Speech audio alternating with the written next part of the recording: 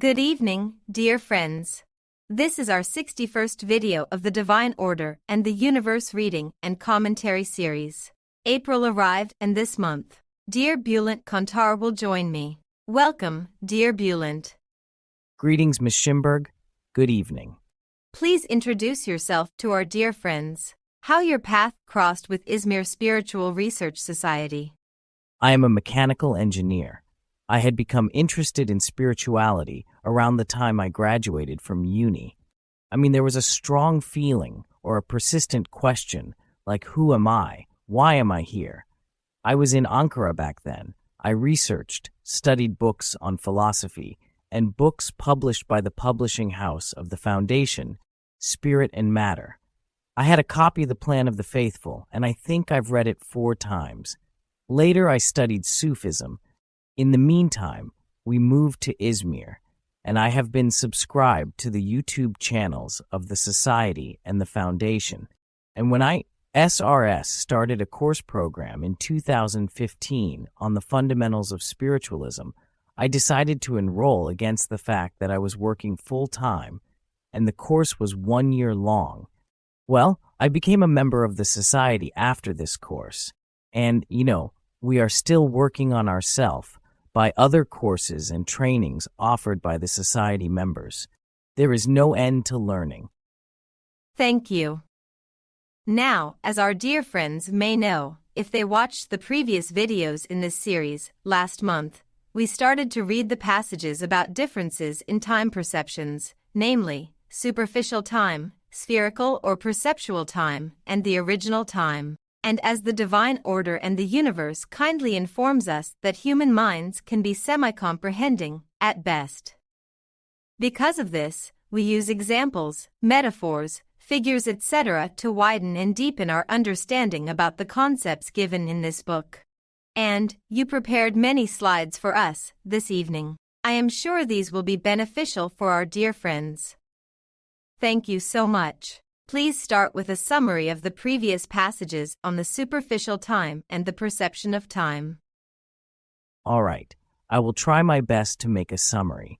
Of course, as much as I understand, as you repeat many times, this is a profound book that leads to different insights and learnings with each reading.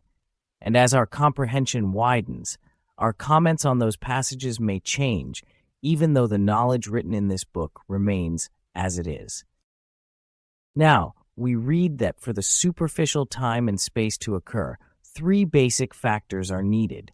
First factor is a matter milieu that is not localized, and the book adds that this is not space. Second factor is motion, and the third factor is the binding of these 2 factors, that is, binding of the matter milieu and motion. These 3 main factors bring out our superficial time. Of course, this is valid for the hydrogen realm because the superficial time is the time perception we are subject to in the hydrogen cosmos. Now, by our current knowledge of physics, what is a matter that is not localized? This question directly takes us to quantum physics. A quantum field that is inherently non-local constantly produces virtual particles. But these particles disappear immediately. However, if enough energy is transferred to the field, this field produces the real particle named after that field. Under the appropriate laws of physics and through activity of observation, the wave function of this particle collapses and becomes localized, thus creating space. The resulting particle has periodic properties such as spin. The formation of superficial space creates the superficial time comprehension. Then, a non-local particle becomes localized, and the binding factor is the observation or perception, that is, consciousness, comprehension. I am sure many of our dear friends have heard about the observer's effect. When a conscious observer builds an experiment to study particles, and when the observer observes the particle behaves like a particle, but when not observed, it behaves like a wave. This is the constraint or limits of our world comprehension that allows human beings to observe and experience the superficial space-time as a linear progress only. Yes, This is how I correlate the knowledge of the book with the modern physics. When you mentioned the observer's effect, I think of our being as the foremost observer, in the sense that the being directs the 7/8 of its concentrated comprehension as it builds a body in the hydrogen realm, and by sending influences, or as you term it, energy, the being brings out a space. And it is obvious that turning of that concentration, projector or the focus of observation towards that direction should be conscious or with comprehension, otherwise space-time as we know it does not happen. Thanks to the discoveries and research done on quantum physics, we can have many insights about such correlations you mentioned. For example, quantum physicist Nazım Hikmet says, the concepts of spirituality are typically the physics we haven't understood yet. Please go on. In order to understand more correctly, to intuit the superficial time perception a little bit better, we can plan a thought experiment. Let's think that a conscious being at a higher level of evolutionary development can jump on a photon and have a ride on it. A photon is a light particle, and it travels at a constant speed of 300,000 kilometers. And this speed is constant to all observers. Now let's think that an observer on Earth have an excellent telescope for this purpose and begins to observe this photon.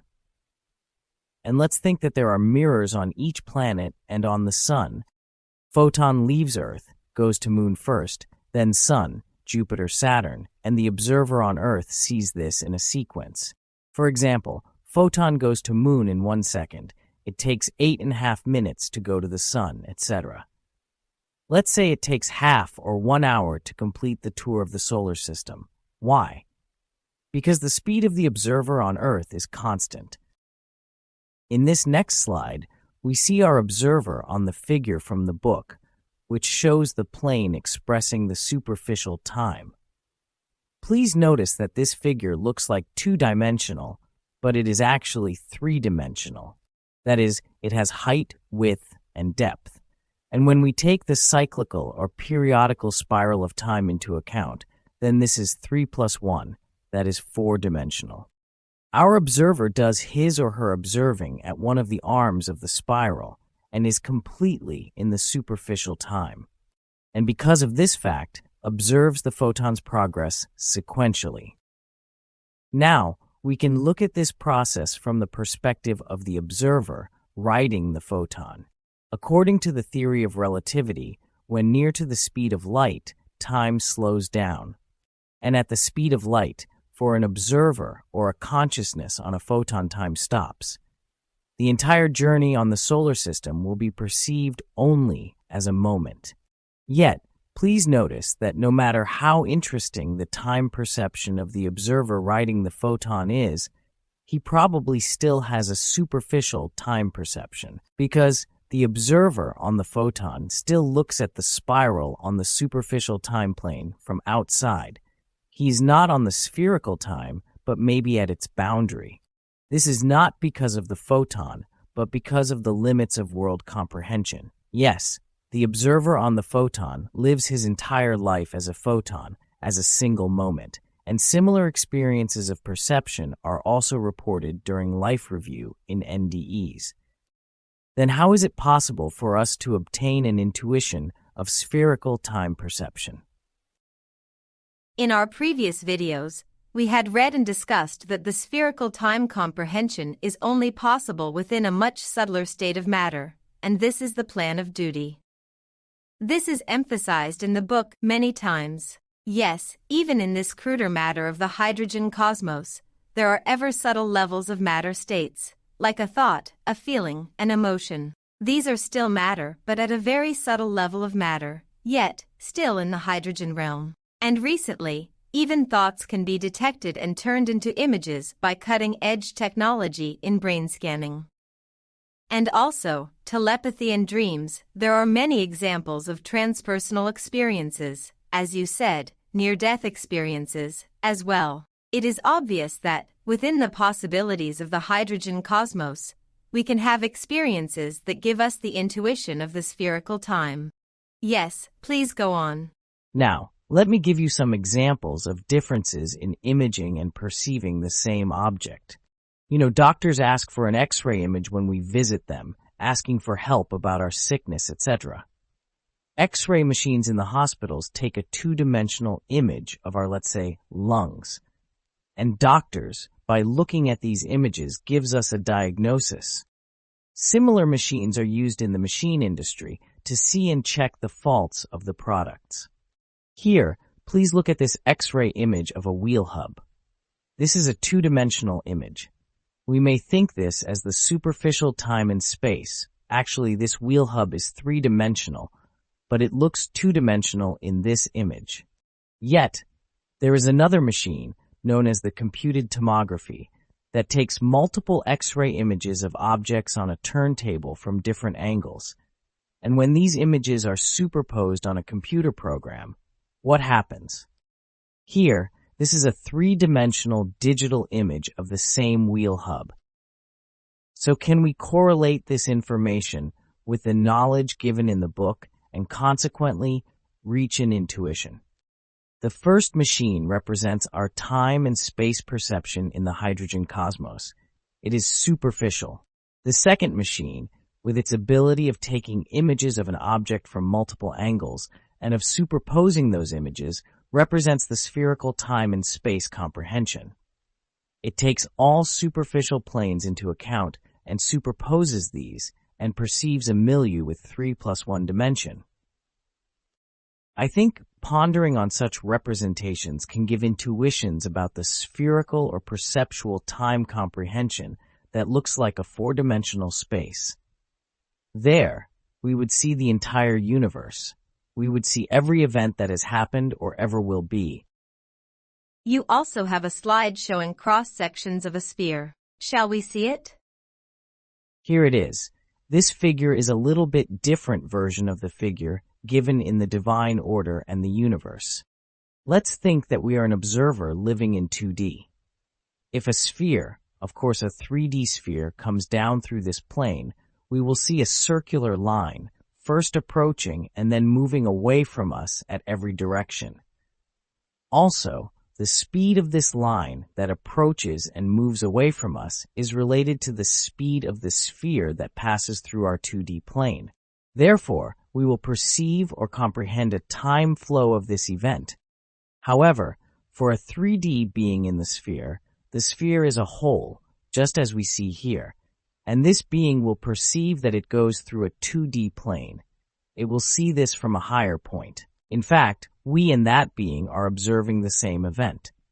However, since our and 3D beings' comprehensions are different, therefore, our space, in other words, our reality, our interpretation of the same event will be very different than the 3D being's space, or reality. Yet, both interpretations are correct. However, 3D being is in a higher reality than a 2D being, just like explained in this book. Our reality, our superficial space-time perception, is at a lower level in comparison with the much subtler and higher levels of the superworld realms of the Plan of Duty. Yes, in that spherical dimension, each of our lifetimes is indeed a cross-section. From that perspective, our finished and unfinished business in those lifetimes are seen all together. Then, for our being, to appreciate its lacking points becomes easier. Our being has an immense field of view, and it seems that the sphere of the spiral in the cross-section widens as the circles of the spiral get wider. In this slide, the sphere represents the spherical time, and when we have a cross-section of it, what we see represents a 3D space. But on this space, there is a spiraled flow. This is what we call flow of time. Yet, this is only a single cross-section of the sphere. We can think of infinite numbers of cross-sections. And the book tells us that all of those cross-sections should be gathered, and just as the CT X-ray machine does, and to be synthesized. And when a being can do this synthesis, then that being moves from the superficial time comprehension to the spherical time comprehension. And of course, such an activity or ability for such a synthesis requires a certain level of comprehension, which is out of question for human beings. We can only reach an intuition about such a level. That's all. As we read in the previous passages, as we gain experiences in many lifetimes in the superficial time, we widen our reality. As our development grows in a spiral around the point X of our birth, not all of our abilities could be developed. As some of these get developed, some remain undeveloped. From the vantage point of the beings in duty or guardian beings, all those spirals of all those lifetimes, and all those properly or insufficiently developed abilities can easily be appreciated, and especially for the beings at the higher levels of the plan of duty, encompassing all those information of each being at once is possible.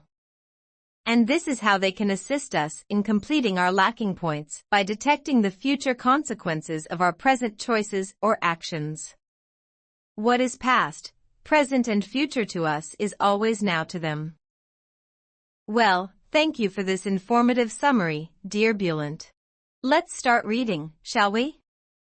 Let alone grasping the space belonging to perceptual time, which has infinite possibilities when compared to the space of superficial time comprehension, even to intuit it with the most powerful imaginations would not be that easy for mankind. Nevertheless, we will give an intuition of this as well. However, here it is necessary to use the imagination and try to advance with intuitions. Before everything else, let us state this that there is no such reality of space according to world comprehension. Therefore, we should not try to visualize things that will be told here upon world matter. As we said, the intuitions of this can only be conceived in the imagination. However, let us also express this that power of imagining, that is, imagination is a very subtle matter milieu as well. Therefore, the space kept live in the imagination is a true and genuine value. First of all, visualize an imaginary sphere. As we said previously, on a single surface of this sphere, visualize again imaginary superficial time and the space that exists together with this time, let these be imagined. This is a simple time and space, and it has a certain single direction. After visualizing this imaginary simple time and space, visualize a similar imaginary second simple time and space but with a different direction. In this way, providing that they have different directions, let imaginary third, fifth, hundredth, thousandth, millionth and infinite simple times and space be visualized separately. As these are to be visualized in the mind's eye one by one, all of them still remain only as superficial time and space. Their synthesis should be done only by a powerful intuitive activity. For this, let all of these infinite flows of time at infinite directions and all of these infinite milieus establishing and binding these flows be thought of as a single time and a single space.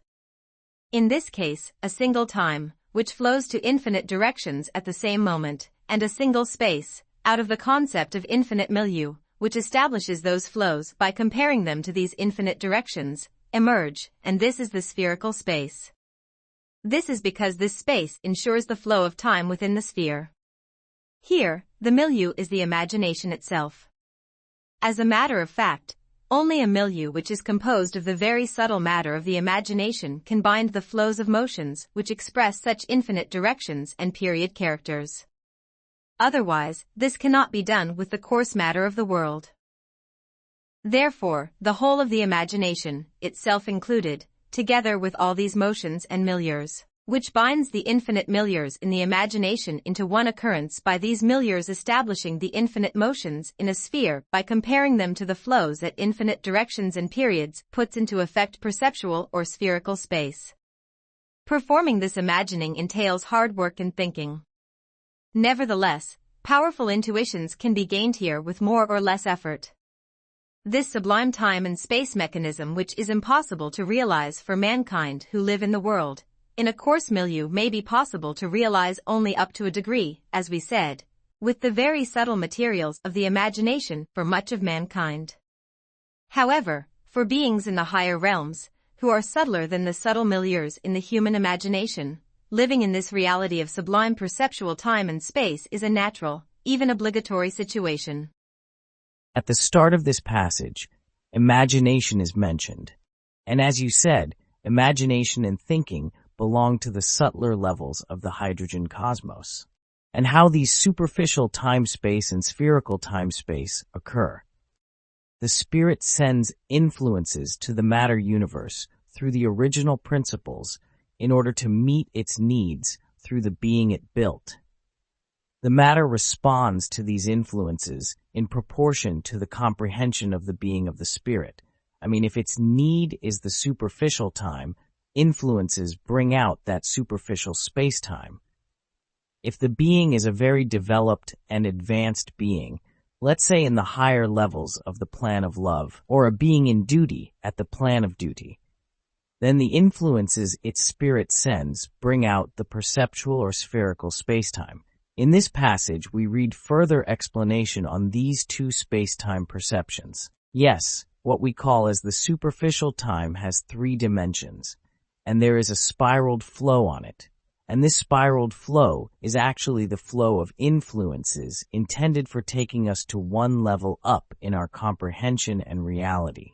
These influences periodically repeat due to the issues we need to comprehend and due to our automatic states and reaction that need to change.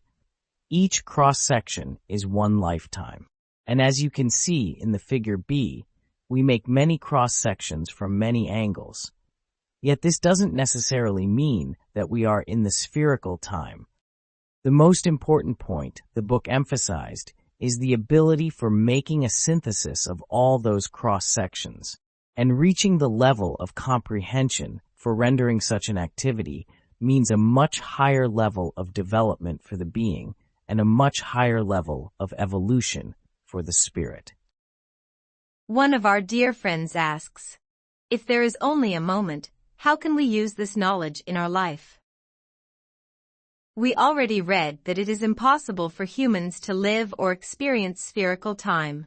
We humans can only intuit it by the power of imagination. And also remember that we are not the ones that have a commanding influence over the synthesis of all those 500 to 700 cross-sections of lifetimes coming together at one point. Only the beings in the plan of duty can do this. However, as the old adage goes, as above, so below, we can use this knowledge in our daily life by becoming more mindful. Generally, we live mostly in and by the memories of the past, or with the anxiety and concerns about future. However, we can learn putting our past, present and future together by becoming more mindful in every moment. This is our way of synthesis. For example, mindfulness work, or the work of Gurdjieff, the self-knowledge study. Such practices allow persons to see their mechanical or automatic sides and traits, and help them to change their habitual ways into conscious acts and choices. Becoming able to be in the moment is the basic rule of many esoteric teachings. In the Fourth Way School of Gurdjieff, this is called self-remembering, and the purpose is to bring out a third level above our daily mechanical consciousness.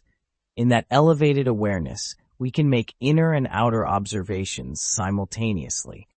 I think such practices accelerate our advance on our being's developmentary progress. And if you let me, I'd like to ask a question. Maybe this can lead to some brainstorm. Yes, we are now in the superficial time perception, and we read in the book that we cannot live or experience spherical time perception as long as we are in the hydrogen realm. Of course, fringes of the spherical spacetime touch the hydrogen realm, as you said, and we can intuit the quality of spherical time perception in dreams and in transpersonal experiences. Still, if I remember correctly, the book mentions that when a being passes to the plan of love, it is still under the influence of the superficial time. And as the being goes to higher levels in the plan of love, it gets closer to the spherical time-space of the plan of duty. So besides learning to utilize and master the subtle matter combinations, is the plan of love an intermediary plan where we gradually pass from the superficial time perception to the spherical time perception. Now, in the hydrogen realm, as each lifetime ends with death, our being gradually learns leaving the crude matter forms it builds in each lifetime. Well, birth and death are tumultuous events for us, as the divine order and the universe explains. Yet, we read that in the plan of love. There is no need in there for major shocks, tumultuous transitions and deaths as in the world. 4. Such states will actually be out of the question for the beings after they have left the world. And in that semi-subtle intermediary plan, we will be using our power of imagination to manipulate and master the semi-subtle matter combinations. And we already have preparatory experiences to this semi-subtle plan. After each lifetime ends, the mental and emotional imagery, beliefs, judgments and impressions we accumulate during a lifetime have a major effect on our experience in the spatium period. And the spatium is not outside of the hydrogen cosmos. And yes, as an answer to your question, the plan of love is semi-subtle, not completely subtle. So this is a milieu preparing the beings for ever subtle levels of the plan of duty, and consequently, for the spherical time-space comprehension of that plan. Yes, we can continue reading now, but this is a very long passage, so I suggest to read some paragraphs and then pause to discuss before we continue. We have said that superficial time does not traverse any distance in original time, and that the perceptual time always advances on the original time. Now, we will explain, by benefiting the value of this knowledge, what it means in the evolution of beings by elaborating on the jogtrot development of a man who lives in superficial time comprehension and on the evolution of a being who advances in original time, and the emergence of their results in the developmental mechanism.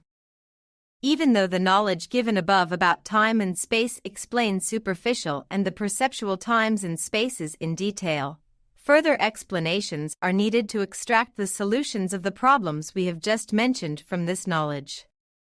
If the diagrams below are studied carefully, it would be possible to understand this significant point with ease.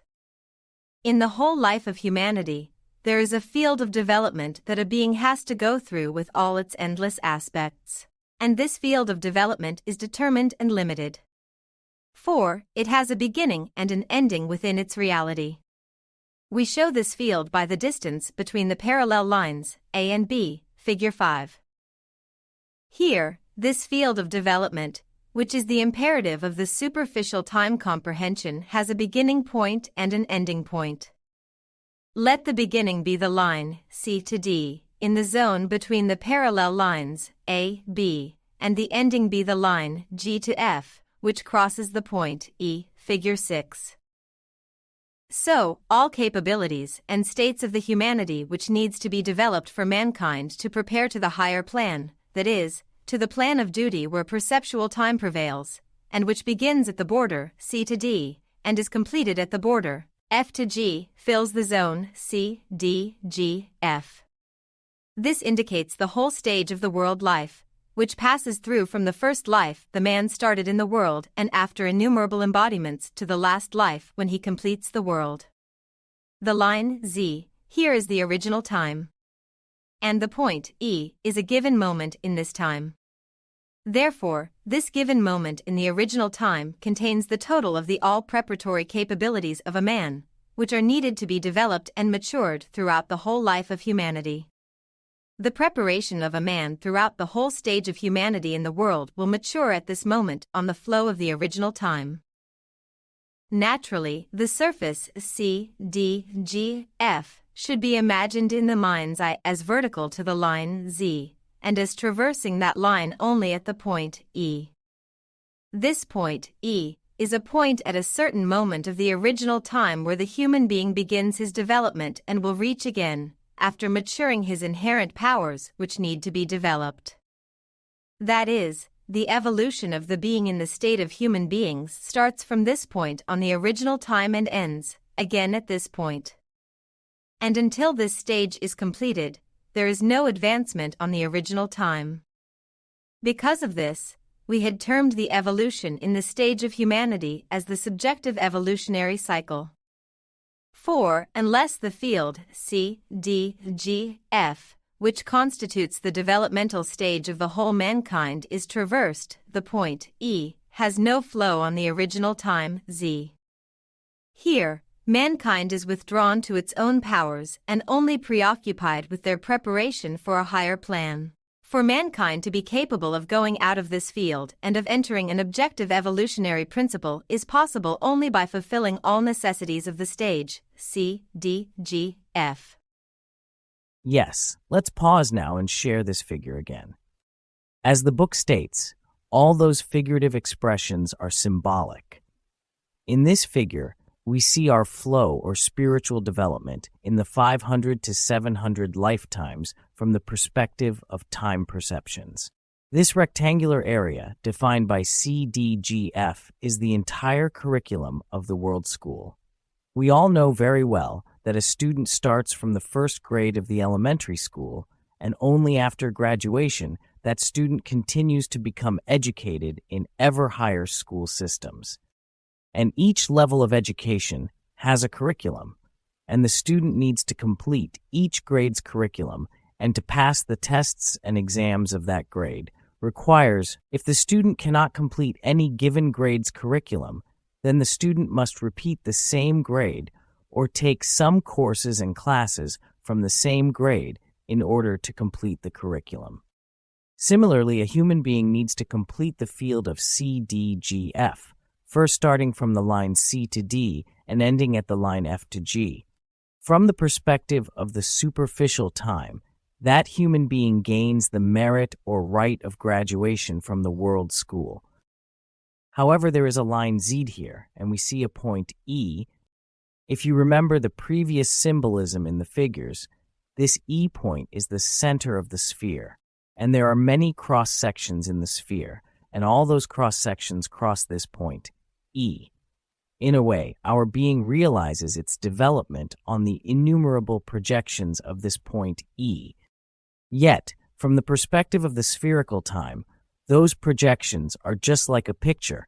From the perspective of the original time, it's just a point. And the being completes its development at the human stage in the hydrogen cosmos by completing this field of C, D, G, F. And of course, completing this field takes 500 to 700 lifetimes.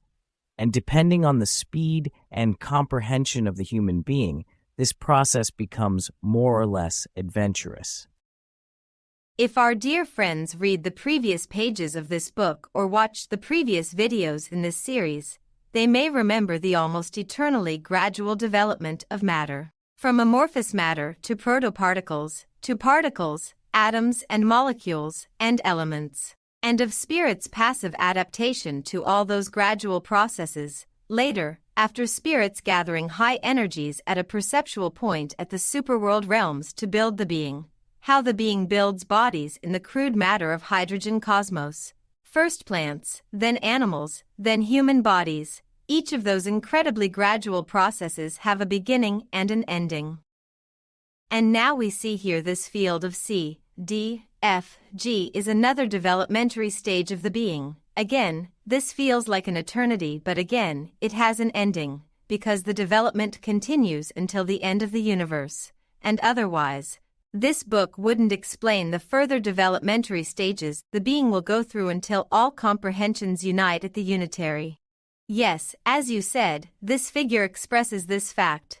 The hydrogen cosmos is limited. It has an ending, too. I'd like to mention a few modelings. First, this CDGF field representing the experiences we have in this world are likened to a hive of honeybees. What do we do here? We live the experiences that will allow us to acquire essence knowledge. A honeybee goes out of the beehive and flies from flower to flower to collect pollen to make honey, but at the same time pollinates the flowers it visits. Similarly, we collect different experiences from many impressions we gain in the events at each lifetime, and then, after we die, we go back to the spatium to extract essence knowledge from the accumulated information. And we do this again and again. And when the sufficient degree of essence knowledge is gained and reflected to our spirit by our being, then the comprehension of our being becomes wide enough to complete the human stage.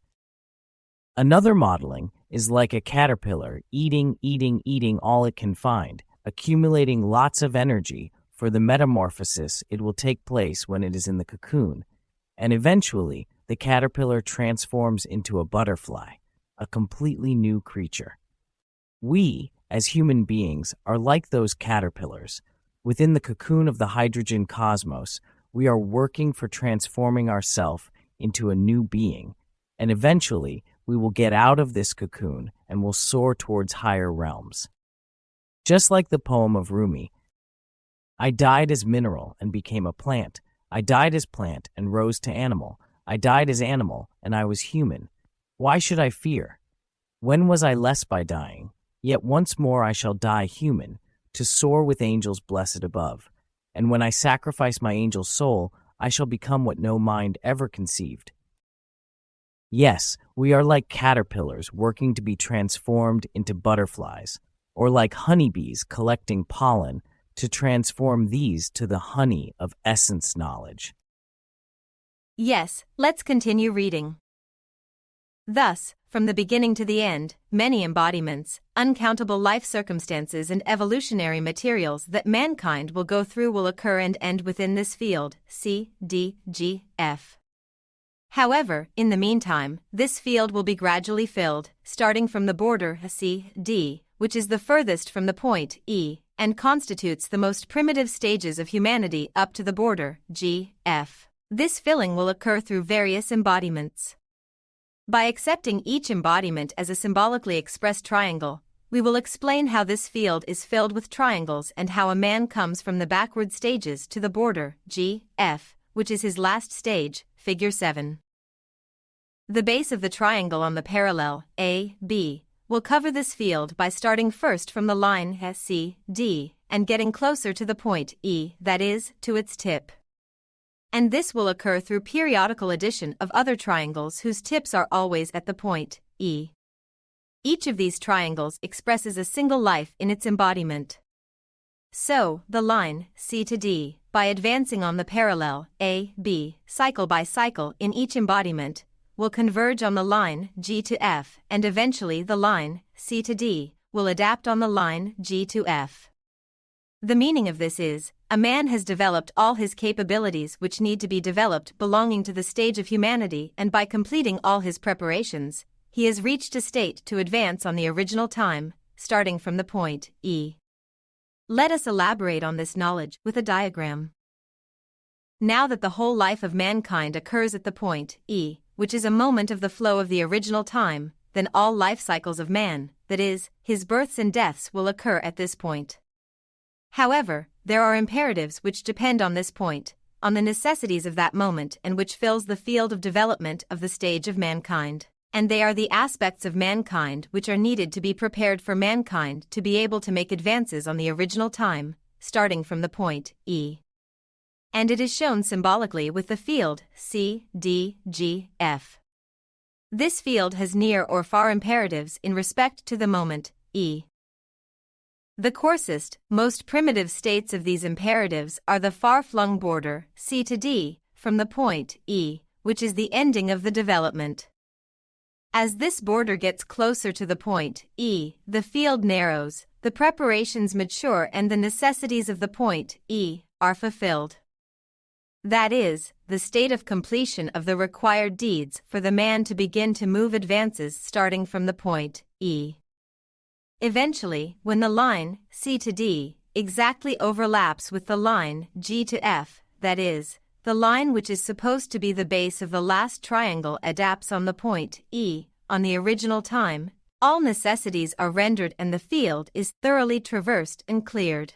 Thus, in this diagram which we show as the graph of the life of humanity, we explain how the line C to D shifts on the parallel A, B, and converges on the line G to F, with each flow of the life of humanity by cycles, lifetimes, stages or leaps, which are all same, and consequently, how the necessities of the stage of humanity are fulfilled. First of all, let us draw the diagram of the first man of the world. This man is a being whose capabilities and talents are in a most primitive state. Therefore, his states which need to be developed will be found at the furthest place, which is the border C to D, from the line G to F, which is the ideal point of the field of development. This man is still preoccupied with developing initial mankind capabilities. Therefore, his life will begin from the line C to D. In order to complete the diagram, let us join the point C and D with the point E by drawing lines. The resulting CDE triangle is the graph of the first embodiment of the first simple human. Let's look at the figure 7 again. And when we correlate this with spherical and superficial time perceptions, this CDE triangle expresses one of the superficial time planes in the spherical time, and the point is its center. We see that CDE triangle covers it entirely. Soon we will see in the other figures that as the triangles progress, their scope or field decrease. So when we think of the evolution of the development of human beings in the world plan, we see 3 main topics. First and foremost is the physical adaptation. Then emotional and intellectual developments follow this. The physical adaptation is foremost because this is a fight for survival. And in the initial periods of human stage, primitive humans' lifespan is around 20 to 25 years. And the being needs to experience of using and governing the body. As the being becomes more experienced in mastering the body, average lifespan increases. And I will refer to the terms used in the fourth way teaching. The development of the emotional and intellectual centers of the brain stand out. In other words, as a lifetime that starts at the CD line gets closer to the FG line, our curriculum starts to contain subtler, finer experiences and information. Of course, the movement center of the body is always important, but the weight of the emotional and intellectual centers increase. And what is the aim for this progress? Of course, the development of the conscience mechanism.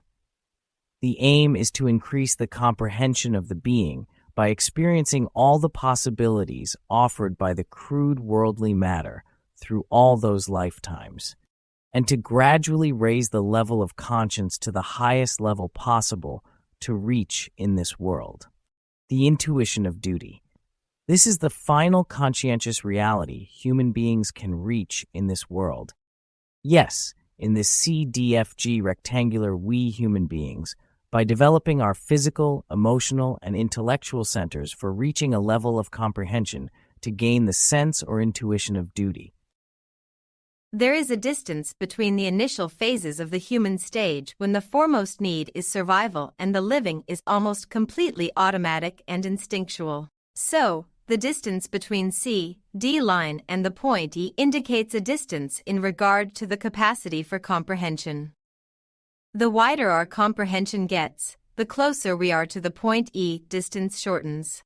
Also, the divine order in the universe states that as the comprehension of the being widens, its involvement in outlining its life plans increases as well. This point E is a kind of perceptual point of comprehension of our being, where the comprehensions of all those 500 to 700 lifetimes are gathered at. Yes, let's continue reading this passage. Now, let us move to the second life of this man, figure 8.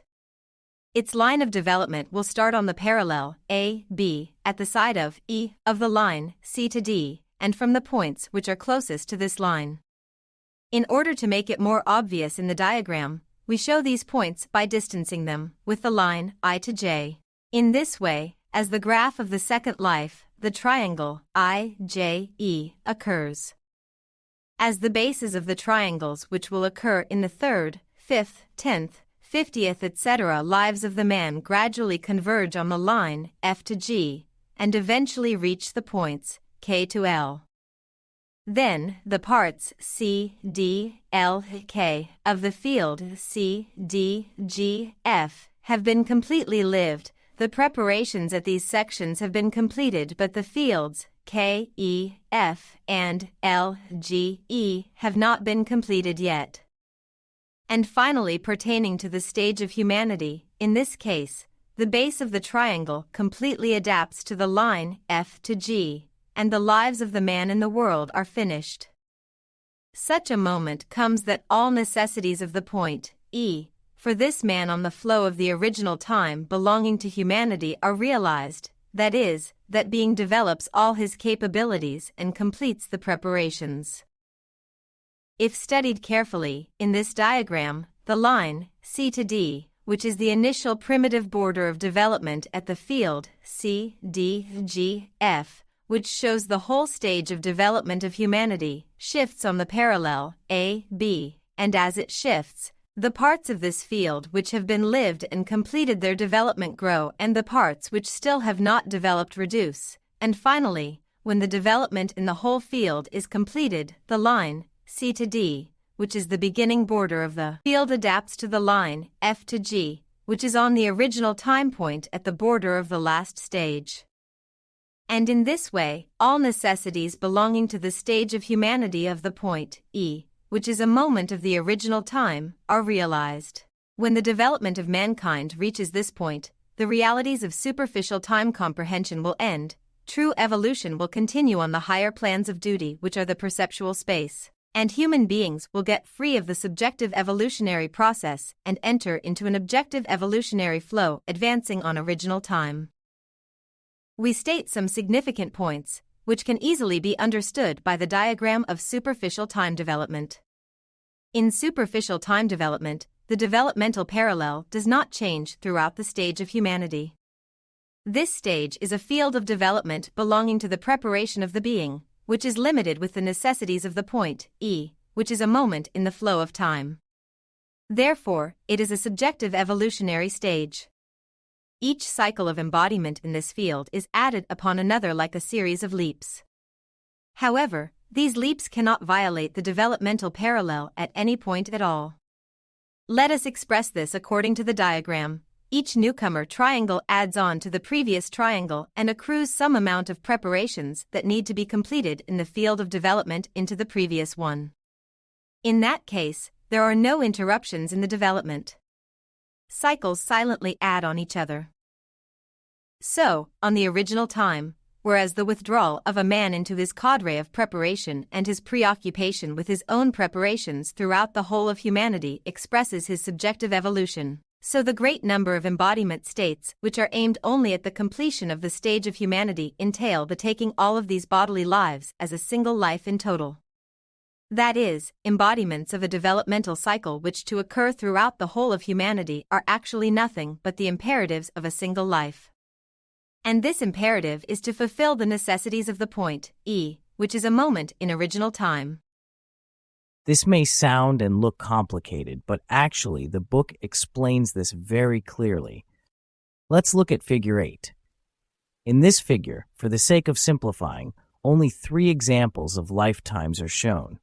Yet we need to imagine that there are 500 to 700 lifetimes here. First, we must remember that there is the state or period of spatium between each lifetime. Let's say CDE triangle is the life just ended, and the being reassess all the impressions, information, and experiences gained and stored in the unconscious during that life, and transforms these into essence knowledge. And this becomes a part of the essence being, and reflected to the spirit of the being. Next step is to outline a life plan for the next body. If the being's development is still at lower levels, then life plan is arranged and outlined by the guardian beings. Yet, as the being's comprehension widens, just as Ms. Schimberg mentioned, the involvement of the being for planning the next life increases. If we study this figure closely, we can make 3 basic observations about the intersecting and non-intersecting regions of the CDE triangle, representing the first life, and the IJE triangle, representing the next life. First, there are lessons that were completed in the previous life. Second, there are lessons that were started to be worked on in the previous life but were not completed and continue in the next life. And third, there are lessons that were never started in the previous life but started to be worked on in the second life. These 3 groups of finished and unfinished tasks or lessons will continue to exist throughout all our lifetimes in the worldly school by becoming passed to each other. Until when? Until the triangle of the last lifetime converges on FG line, all these lessons will be completed, and then we will have earned the right to graduate from the worldly school by completing the CDGF field. Yes, many of our dear friends ask, are we in the last cycle of our worldly lifetimes? Well, this last term of the world school is about to end, but all of us will not graduate at the same time. Because, right now, as there are some beings that trying hard to conclude and finish whatever they need to experience for their development so they can converge on the FG line. There are also some beings that enroll to begin their first term in this school. And also, there are many beings that are taking exams and courses of the grades from previous lifetimes. We will read at the last part of the divine order and the universe about how things continue in the world after a world cycle ends and a new cycle begins. Many beings from this last term will either survive or incarnate so the further generations of human beings can be born.